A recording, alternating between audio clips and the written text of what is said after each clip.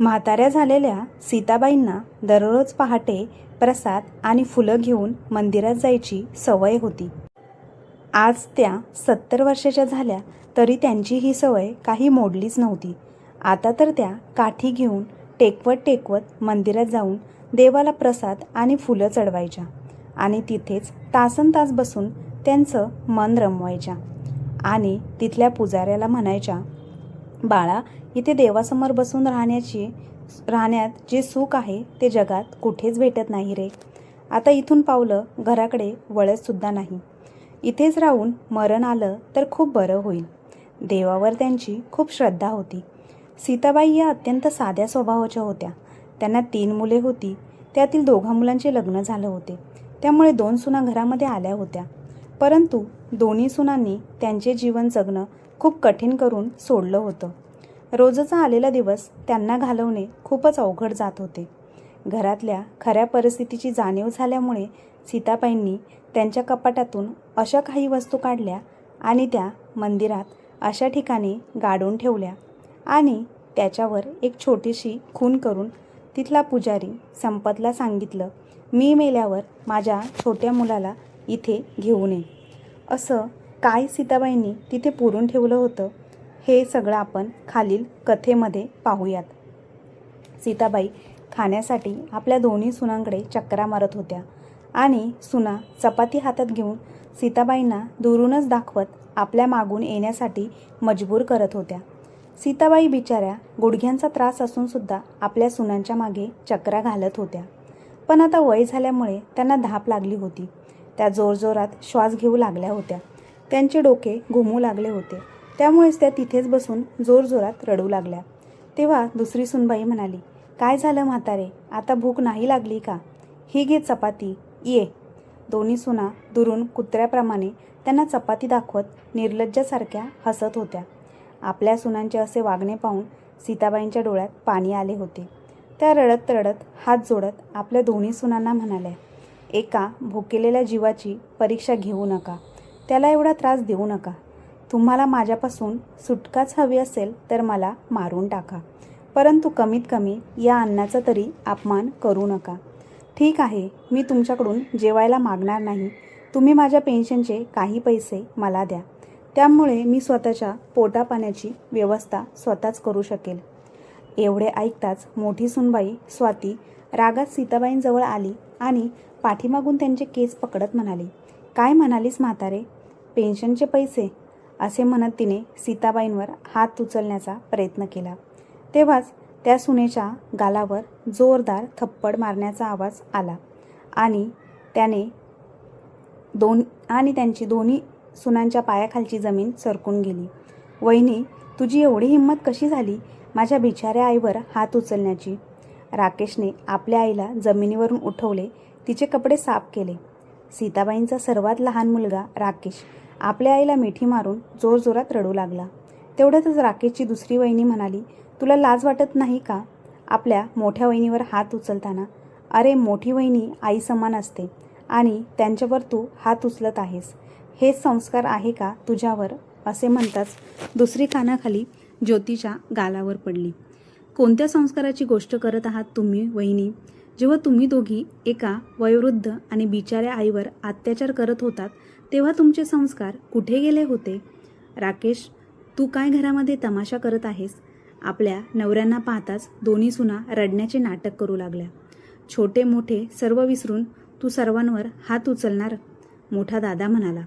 त्यावर राकेश रागातच म्हणाला, खबरदार दादा, जर आज तुम्ही तुमच्या बायकांची साथ दिली तर मी आईसाठी सर्व मर्यादा पार करू शकतो. राकेशचा रागाचा वाढलेला पारा पाहून दोघे भाऊ शांत झाले. राकेश म्हणाला, अरे, तुमच्या बायका तर दुसऱ्या घरातून आलेल्या आहेत, त्यांचं तर सोडून द्या. पण तुम्हीसुद्धा कशी आईची तपस्या आणि तिची वेदना विसरू शकता, जिने एकटीने आपल्या 3 मुलांना चांगलं शिक्षण देऊन आता एवढ्या मोठ्या उंचीवर नेऊन ठेवलं आहे की आता आपण ताठमानेने जगू शकतो. ही गोष्ट तुम्ही कशी विसरू शकता? आईने आपल्यासाठी किती मोठा त्याग केला आहे. आपली पोटं भरावी म्हणून तिने प्रत्येक वेळी किती ठोकर खाल्ले आहेत हे कसं विसरू शकता तुम्ही? ती आईची माया, ममता, जिने थंडीच्या दिवसात आपले संरक्षण व्हावे म्हणून घरातील जुनी का होईना परंतु घोंगडी आपल्याला दिली आणि स्वतः मात्र अंगावर नेसलेल्या साडीमध्ये कुडकुडत रात्र काढायची. आणि आज त्याच आईला 2 चपात्यांसाठी कुत्र्याप्रमाणे वहिनींच्या मागे मागे चक्कर माराव्या लागत आहेत. आणि त्या दोघी बिचाऱ्या आईची मस्करी करत तिच्यावर हसत होत्या.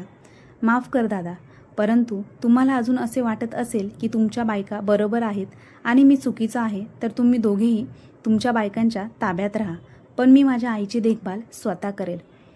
एवढं बोलून राकेश आणि त्याची बायको सीताबाईंना आपल्या रूममध्ये घेऊन गेले. राकेशने आपल्या आईच्या डोळ्यातील अश्रू पुसले आणि तेवढ्यातच मधुरा आपल्या सासूबाईंसाठी गरमागरम जेवण घेऊन आली. राकेशने आपल्या आईला स्वतःच्या हाताने जेवण भरवले. तेव्हा त्या सीताबाईंच्या डोळ्यात अश्रू आले. त्या विचार करू लागल्या, तिघेही माझ्याच रक्ताचे आहेत, परंतु त्या दोघांमध्ये आणि राकेशमध्ये किती फरक आहे. राकेशसारखा मुलगा माझ्या पोटी जन्माला यायला भाग्य लागते. काय मी त्या दोघांसाठी काहीच केलं नाही का? परंतु माझ्या मायेची परतफेड त्यांनी अशी केली. स्वतःच्या आईला एक एक दाण्यासाठी तडफडत ठेवले. असा विचार मनात करत सीताबाईंना आपल्या नवऱ्याची आठवण आली. रात्रीचे 12 वाजले होते. आपल्या आयुष्याचे 70 वर्ष पाहिलेल्या सीताबाईंच्या डोळ्यामधली झोप गायब झाली होती. ती आपल्या जुन्या आठवणींमध्ये हरवली होती. 30 वर्षाचा अल्प आयुष्यामध्ये तिच्या नवऱ्याचा आधार निघून गेला होता. लहान लहान 3 मुलांचे पालनपोषण, त्यांना योग्य शिक्षण आणि संस्कार देऊन समाजामध्ये एक वेगळे स्थान देण्याची जबाबदारी आता सीताबाईंवर आली होती. सीताबाईंचे पती यशवंतराव एका सरकारी ऑफिसमध्ये कामाला होते. मृत्यूनंतर त्यांच्या जागी नोकरी करून त्या सेवानिवृत्त झाल्या होत्या. जेव्हा सीताबाईंचे पती हे जग सोडून गेले होते तेव्हा त्यांचा मोठा मुलगा फक्त 8 वर्षाचा होता, तर सर्वात छोटा मुलगा राकेश फक्त 2 वर्षाचा होता. अशा परिस्थितीमध्ये सर्व नातेवाईकांनी साथ सोडली होती. परंतु यशवंतरावांची 15 एकर जमीन होती. त्या सर्व जमिनीची देखभाल त्यांच्या ओळखीच्या संपतरावाला करायला सांगितली होती, कारण संपतराव सीताबाईंना बहीणच मानत होते. त्यांच्या मदतीने सीताबाईंनी सर्व जबाबदाऱ्या पार पाडत असतानाच 30 वर्ष सरकारी नोकरी करूनसुद्धा आपल्या नवऱ्याची संपत्ती आणि मुलांची देखभाल याच्यातच आपले संपूर्ण जीवन समर्पित केले होते. सीताबाई सेवानिवृत्त झाल्यानंतर त्यांनी आपल्याला जे काही पैसे मिळाले होते ते सर्व आपल्या मुलांमध्ये वाटले होते, कारण त्यांना फक्त आपल्या मुलांनाच खुश असलेले पाहिजे होते. त्यांना जी पेन्शन मिळत होती ती त्यांच्या खर्चासाठी पुरेशी होती. त्यांच्या जीवनामध्ये धन दौलत याचे काहीच मूल्य नव्हते. त्यांचा मोठा मुलगा योगेश सरकारी सेवेत अधिकारी होता. दुसऱ्या मुलाला लाखोंचा पगार होता. सर्वात छोटा राकेश बिचारा एका प्रायव्हेट कंपनीमध्ये नोकरी करत होता. योगेशची बायको स्वाती सुरुवातीलाच सीताबाईंच्या आजूबाजूला राहून त्यांची सेवा करत होती, परंतु सीताबाईंच्या सेवानिवृत्तीनंतर तिच्याकडे त्यांच्याजवळ राहण्यासाठी वेळच नव्हता. त्यांची दुसरी सून खूपच मॉडर्न स्वभावाची होती. ती स्वतःमध्ये व्यस्त असायची. तिचे आपल्या लोकांविषयी मत नेहमीच नकारात्मक असायचे. सीताबाईंची आपल्या मुलांच्या आणि सुनांच्या जीवनामध्ये कोणत्याही प्रकारे ढवळाढवळ नव्हती. त्यांना माहिती होते की आजची वेळ बदललेली आहे. सीताबाईंचा स्वर्गीय नवरा यशवंतराव यांच्या पुण्यतिथीच्या दिवशी सीताबाई प्रत्येक वर्षी आपल्या जवळच्या मंदिरामध्ये अन्नदान करत असायच्या. ते करण्यासाठी संपतरावसुद्धा आपल्या बहिणीला सहकार्य करत असत. त्यामध्ये सीताबाईंची सर्व मुले सहभाग घेत असत. त्या मंदिराचे एक गुपित होते. ते गुपित संपतराव आणि सीताबाईंनाच माहिती होते, पण ते आपल्या मुलांना सांगणार नव्हते. त्यांना असं वाटत होतं की योग्य वेळ येईल तेव्हा मी माझ्या मुलांना सांगेल, परंतु आपल्या सुनांचे वागणे पाहून त्यांचे मन बदलले होते. एक दिवस योगेशची बायको स्वाती त्याला म्हणाली, अहो ऐकलत का, ह्या म्हातारीचे काहीतरी करा. मला सुद्धा मूलबाळ आहे. शेवटी एवढी वर्ष मीच तर हिची काळजी घेतली आहे. आता तुमच्या आईची जबाबदारी तुमच्या दुसऱ्या भावांमध्ये वाटून द्या. त्यावर योगेश म्हणाला, स्वाती, माझ्या छोट्या भावाचे लग्न होताच तू स्वयंपाकघराची वाटणी केली आहेस. आता आईची सुद्धा वाटणी करतेस. त्यावर स्वाती म्हणाली, ज्याला करावे लागते ना त्याला समजते. तुम्हाला काय, तुम्ही उठता आणि ऑफिसला निघून जाता. तुमच्या मागे चहा, जेवण आणि दिवस रात्र त्यांची साफसफाई मलाच करावी लागते. तुमच्या दुसऱ्या भावांच्या बायकांना सुद्धा हेच काम करू द्या. असे व्हायला नको. ह्या म्हातारीचे करता करता माझीच वेळ यायला. तेवढ्यात स्वातीचा धीर आला. काय झालं वहिनी, सुट्टीच्या दिवशी सकाळी सकाळी काय बडबड करत आहेस? किती दिवस झाले तुमच्या हातचा चहा पिलो नाही. त्यावर योगेश म्हणाला, हा रे, सकाळी सकाळी गरम चहा प्यायला खूपच छान वाटतं. नाहीतर बायकोचे असे जडवट बोलणे नको वाटते. एवढे बोलून दोघेही भाऊ हसू लागले. तेव्हा स्वाती रागातच म्हणाली, मी मस्करी करत नाही आहे. बघा भाऊजी, तुम्ही किंवा राकेश भाऊजी आता तुमच्या आईची जबाबदारी घ्या. आमच्याकडून नाही होणार आता. आता तर चहा पाजते, परंतु आत्ताच्या आत्ता या गोष्टीवर निर्णय हवा असे म्हणत रागातच ती किचनमध्ये गेली. योगेशचा दुसरा भाऊ म्हणाला, दादा, सकाळी आईच्या वाटणीची गोष्ट कशी काय निघाली? आता तर आपल्या घरातसुद्धा महाभारत सुरू होईल. दादा, तू वहिनीला समजावत का नाहीस? त्यावर योगेश म्हणाला, जर तुम्ही तुमच्या बायकांना नाही समजू शकत तर माझी तर जुनी झाली आहे. मी कसे समजावू? आता तुम्हा दोघांनाच आईची जबाबदारी घ्यावी लागेल. तेवढ्यातच दुसऱ्या मुलाची बायको तिथे आली आणि म्हणाली, दादा, वाईट वाटून घेऊ नका, पण एवढी वर्ष तुम्ही आईची जबाबदारी घेतली आहे का? तुम्ही विसरत आहात. जेव्हा वहिनी या घरात आल्यानंतर लगेच 2 वर्षांनी मी सुद्धा या घरात आले. तेव्हा मी सुद्धा त्यांची काही कमी सेवा केली नाही. तेव्हा माझ्याकडून तर आता अपेक्षा ठेवू नका, असे म्हणत तिने स्वतःवरची जबाबदारी झटकली. तेव्हा दोघे भाऊ एकमेकांकडे पाहत राहिले. तेव्हा योगेश म्हणाला, आता एकच उपाय आहे. आता राकेश बरोबर बोलावे लागेल. असेही त्याची मुले अजून लहान आहेत. त्याच्यावर कमी जबाबदारी आहे. तो आईला सोबत ठेवू शकतो.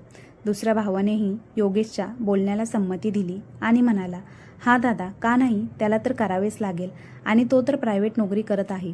त्याला पैसे तर मिळतच असतील. चला राकेशला बोलवूया. राकेश बाहेर ये, काही महत्त्वाचे बोलायचे आहे. तेवढ्यातच त्याची आई सीताबाई काठीचा आधार घेत आपल्या मुलांजवळ येऊन बसली आणि म्हणाली, काय झालं बाळांनो? आज तुम्ही सगळे एकत्र बसले आहात. काय, कोणती महत्त्वाची गोष्ट बोलायची आहे का? हो आई, महत्त्वाची गोष्ट आहे, पण तू चिंता करू नकोस. तुला वेळेवर जेवण मिळत राहील. या घरातून मिळेल किंवा दुसऱ्या घरातून. तेव्हा सीताबाई म्हणाली, बाळा, का उगाच या वयामध्ये आईला इकडे तिकडे फिरायला लावता? मी कामावर जात असताना तुम्हा लोकांना कधी तुमच्या आजी आजोबांकडे सोडले नाही. स्वतःची जबाबदारी स्वतः निभावली. हे बोलत असताना सीताबाईंचे डोळे पाणावले. तेवढ्यात सीताबाईंची मोठी सून स्वाती आली आणि म्हणाली, तुम्ही सोफ्यावर पाय ठेवून बसू नका, खराब होईल. 6 महिने अगोदरच माझ्या बाबांनी तो दिला आहे. तरीसुद्धा तुम्ही माझी अजिबात इज्जत नाही करत. तुम्ही त्या लाकडाच्या खुर्चीवर का नाही बसत? सर्वांसमोर जोरात चहा ठेवून ती तिथून निघून गेली. आता सीताबाई सोफ्यावरून उठून खुर्चीमध्ये जाऊन बसल्या. त्यांचे तोंड आता पाहण्याजोगे झाले होते. समोर मुले चहा पित होती, परंतु त्यांना चहासाठी कोणी विचारले नाही. तेवढ्यातच राकेश तिथे आला. आपल्या आईच्या चेहऱ्याकडे पाहत त्याने आपल्या बायकोला मधुराला आवाज दिला आणि म्हणाला, मधुरा, आईसाठी चहा बनव. दादा, तुम्ही पण पिणार? योगेश तोंड वाकडे करत म्हणाला, नाही, आम्ही चहा प्यायलो. आमचा विचार करण्याची काहीच गरज नाही. आम्ही तुला यासाठी बोलवले आहे की आता आईची जबाबदारी तुला उचलायची आहे. आमच्या बायका आता आईसाठी जेवण बनवून थकून गेल्या आहेत. त्यामुळे आता तू ही जबाबदारी घे. तसंही आई आता किती दिवस राहील? त्यावर राकेश म्हणाला, शुभ बोल दादा. आई आहे त्यामुळे आपण एकत्र आहोत. जर आई राहिली नाही तर घर सुक्या पानांसारखे विखरून जाईल. तेव्हा योगेश म्हणाला, मोठ्या मोठ्या गोष्टी करणं सोडून दे आणि आपली जबाबदारी उचलून आईला स्वतःकडे घेऊन जा. राकेश म्हणाला, दादा, आई तसे तिन्ही वेळेला आमच्याबरोबर खाते. मग ती इथे राहिली तर काय प्रॉब्लेम आहे? आईला या रूमची आस आहे, कारण बाबासुद्धा याच रूममध्ये राहत होते. तेवढ्यातच स्वाती म्हणाले, 100 गोष्टींची एक गोष्ट. भाऊजी, आता आम्हालासुद्धा जागा हवी आहे. आता आमची मुले मोठी झाली आहेत, त्यांनासुद्धा वेगळी जागा लागते. आता त्यांच्या लग्नाचे वय झाले आहे.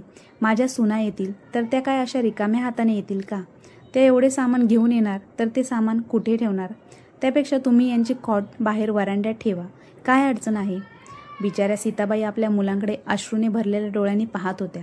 आता त्यांच्या मनात विचार येत होता की माझ्या तिन्ही मुलांना किती प्रेमाने, लाडाने लहानाचे मोठे केले आणि तीच मुलं आता माझ्या वाटणीविषयी बोलत आहे. तेव्हा मधुरा आपल्या सासूला चहा बिस्किट देत आपल्या दिरांना म्हणाली, दादा, तुम्ही मोठे आहात. मी तुमच्यामध्ये बोलते, मला माफ करा. दादा, आईची जर संमती असेल, त्यांना आमच्याकडे राहायचं असेल तर मला कोणतीही अडचण नाही. राकेशला आपल्या बायकोचा गर्व होता, कारण त्याची बायको त्याच्या आईची खूप काळजी घेत होती. तिची तेवढीच इज्जतही करत होती. तेव्हा मधली जाऊबाई पटकन म्हणाली, ह्या तर आता भाऊजींकडेच राहणार. मी आता स्पष्ट बोलते, आता आम्ही यांच्या खाण्यापिण्याचा औषधांचा खर्च नाही करणार. जर उद्या जाऊन ह्या मेल्या तर तिघी मिळून यांचे श्राद्ध करू. तेव्हा सीताबाई म्हणाल्या, सुनबाई, मी जिवंत असताना तुम्ही माझ्या जेवणाविषयी बोलत आहात आणि मी मेल्यानंतर माझ्या श्राद्धामध्ये बासुंदीपुरी बनवणार, तेव्हा मी ते खाणार आहे का? त्यापेक्षा मी जिवंत असताना मला साधे वरण भात जरी प्रेमाने खायला घातले तरी माझ्या मनाला शांती मिळेल आणि तेवढं शांतपणे मी माझे डोळे बंद करेल. तेवढ्यात स्वाती म्हणाली, आता तुम्हाला जे काही खायचे आहे ते छोट्या सुनेकडे खा आणि हे घ्या, तुमचे सामान बांधले आहे. राकेश म्हणाला, वहिनी, तुम्हाला एवढी घाई होती की तुम्ही आईचे सामानसुद्धा बांधून ठेवले. एक वेळ आईला तर विचारायला हवे होते ना. योगेश म्हणाला, आईला काय विचारायचे? आईला किती समज आहे. आता आईला काय करायचे आहे? काही ना काही ह्या गोष्टींचा कधी ना कधी ह्या गोष्टींचा फैसला तर आपणच करणार ना. खूप दिवस आईच्या निर्णयाने हे घर चालत होते. आता नाही. आता चला आपापल्या कामाला लागा. एवढे बोलून सर्वजण निघून गेले. सीताबाई भलेही काही बोलल्या नाही, परंतु आतून त्यांचा जीव घुसमटत होता. मागच्या 3 वर्षापासून त्यांची छोटी सूनच तर त्यांचं सर्व काही करत होती. तिने आपल्या सासूबाईंची सेवा करण्यासाठी कोणतीही कमी सोडली नव्हती. पाहता पाहता पुढच्या 4 महिन्यात सीताबाईंची अवस्था खूपच खराब झाली. तेव्हा सीताबाईंनी आपल्या मोठ्या मुलांना भेटण्याची इच्छा व्यक्त केली, परंतु या कलियुगाच्या काळ्या छायेत त्यांची मती भ्रष्ट झाली होती. त्यांनी आईला भेटण्यासाठी असमर्थता दर्शवली. इकडे जेव्हापासून सीताबाई मधुराकडे आल्या होत्या तेव्हापासून त्यांच्या दोन्ही मुलांनी आणि सुनांनी त्यांच्याकडे ढुंकूनसुद्धा पाहिले नव्हते. त्यांना असे वाटत होते की पुन्हा आईला आपल्याकडे घेऊन जावे लागेल. एक दिवस अचानक राकेश आणि मधुराला रात्री कोणीतरी नातेवाईक वारले म्हणून तिकडे जावे लागले. सीताबाईंना खूपच भूक लागली होती, म्हणून त्यावेळी त्यांनी जेवणासाठी आपल्या दोन्ही मोठ्या सुनांकडे हात पसरवले, परंतु त्यांच्या दोन्ही सुनांनी त्यांना जेवण तर दिलेच नाही. आता आपली ही अशी वाईट अवस्था झाली आहे या विचारात त्यांचा डोळा कधी लागला त्यांना समजलेही नाही. परंतु त्या रात्री सीताबाईंचे डोळे बंद झाले ते कायमचेच. आता त्या देवाला प्रिय झाल्या होत्या. त्या दिवशी सीताबाईंची दोन्ही मोठी मुले आणि त्यांच्या बायका खूपच खुश झाल्या होत्या. चला आता घाबरून जगायला नको. परंतु राकेश आणि मधुरा जेव्हा आपल्या नातेवाईकांचे अंत्यसंस्कार करून घरी आले तेव्हा आपल्या आईला या अवस्थेत पाहून खूप रडू लागले. रडून रडून दोघांची अवस्था खूप वाईट झाली होती. त्या दोघांनी आपल्या परीने आपल्या आईला सर्व काही देण्याचा प्रयत्न केला होता. आता समाजातील लोक बोलतील म्हणून योगेश आणि दुसऱ्या भावाने आपल्या आईच्या अंत्यसंस्कारासाठी आपल्या छोट्या भावाला मदत केली होती. 1 वर्ष असेच निघून गेले. त्यानंतर सीताबाईंचे वर्षश्राद्ध आले. त्या 1 वर्षामध्ये स्वातीच्या मोठ्या मुलाचे लग्न झाले होते. तीसुद्धा आता एका सुनेची सासू झाली होती. सासूबाईंचे श्राद्ध असल्यामुळे स्वाती आपल्या सुनेला अन्वीला म्हणाली, बघ सुनबाई, उद्या माझ्या सासूबाईंचे श्राद्ध आहे, त्यांच्यासाठी बासुंदीपुरी बनव, त्यांना खूप आवडत असे. अन्वी म्हणाली, आई, श्राद्ध उद्या आहे ना, उद्या बनवेल, तुम्ही आजपासूनच का उगाच घर डोक्यावर घेत आहात. तर दुसरीकडे ज्योतीने सुद्धा आपल्या सुनेला सांगितले, सुनबाई, उद्या माझ्या सासूबाईंचे श्राद्ध आहे, त्यामध्ये कोणतीही कमी राहायला नको, त्यांच्या आत्म्याला तृप्ती मिळायला हवी, त्यांचेच आशीर्वाद आहेत म्हणून आज आपण एवढे चांगले आयुष्य जगत आहोत, त्यामुळे त्यांच्या आवडीची प्रत्येक गोष्ट बनव, काही अनिष्ट घडायला नको. ह्या भीतीपोटी श्राद्धासाठी सीताबाईंच्या सुना आपल्या सुनांना ऑर्डर सोडत होत्या. आता आपल्या सासूबाईंना स्वादिष्ट जेवण सर्वात अगोदर कोणत्या घरातून मिळणार. बिचारी मधुरा मात्र मौन धारण करत सर्व काही पाहत होती आणि राकेशला म्हणाली, जिवंत असताना आई सुनांच्या खिडकीकडे पाहत असायच्या, कोणीतरी आज काही चांगले जेवण बनवेल आणि मला देईल. तेव्हा सर्वजणी नाक मुरडत त्यांच्याकडे दुर्लक्ष करत असायच्या. आणि आज बघा, राकेश म्हणाला, जाऊ देत, तुला तर आठवतच असेल आईला काय आवडायचे, ते तू उद्या बनव, असे सांगून राकेश आपल्या ऑफिसला निघून गेला. ऑफिसमध्ये गेल्यानंतर राकेश आपल्या बॉसला म्हणाला, सर, मला उद्या सुट्टी हवी आहे. त्यावर बॉस म्हणाला, राकेश, तुला तर माहितीच आहे 2 दिवसांनी आपल्याला रिपोर्ट सबमिट करायचा आहे, त्यामुळे तुला आता सुट्टी घेता येणार नाही. राकेश म्हणाला, सर, मला माहिती आहे, परंतु कामच तसं आहे, त्यामुळे मला मजबुरीने सुट्टी घ्यावीच लागेल.